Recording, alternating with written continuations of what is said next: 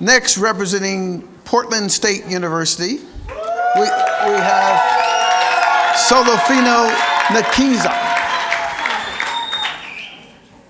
Good morning to you all. Come on, guys, it's in the morning. Good morning. So, and I'm also not going to tire about talking about equity because it's one of the things that we need right now.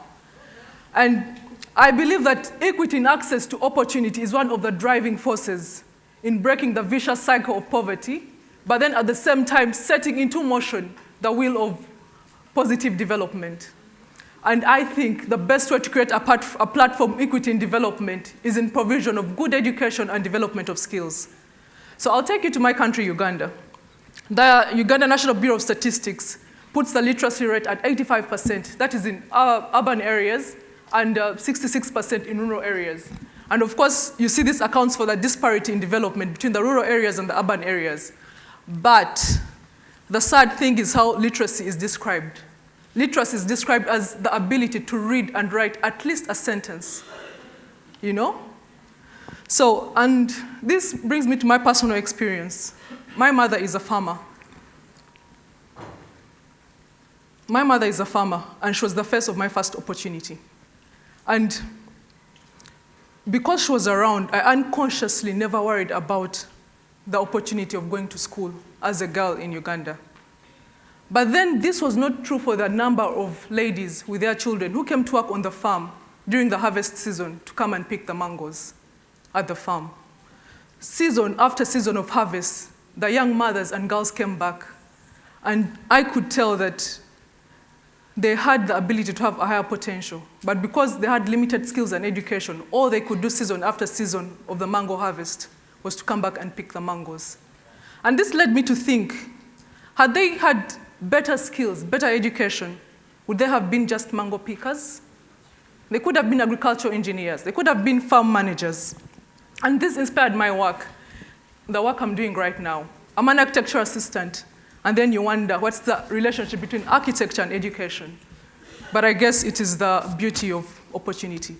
So I work with a non-government organization that deals with design and constructing of learning spaces for children in rural areas. And our aim is to design and construct 20,000 learning spaces, and not just learning spaces, but to construct very good learning spaces where children.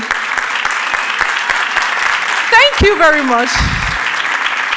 So this is the environment of the children in southern Uganda, and they have the love for education. But then as an architect, what is my contribution to them? And is to design very good learning spaces for them, and that is in terms of the building, the structures they are using to study. That's in terms of the materials that are being used to build their schools that are locally sourced.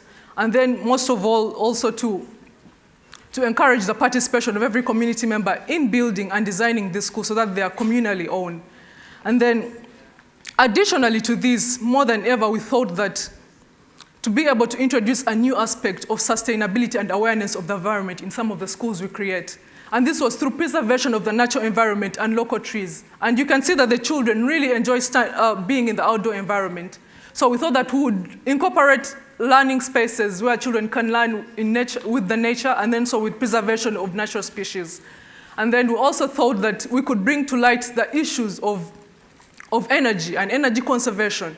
And this we did through the solar energy and then also biogas production within the schools. And then you see that this goes beyond just providing education, but providing skills to these young children. So this brings me to the fellowship right here. What is your opportunity? You are the faces of opportunity, not just for yourselves, but for the communities you're serving right in your home countries. So go out and spread your wings. And I'm going to repeat this, using all the pools of resources I've received here, you're going to be able to set into force the cycle of good opportunity and good change for everyone else in our communities. And I'm going to further emphasize this saying. A wise man once said, if you want to go quickly, and if you want to go further, but I think a wise woman must have told that man,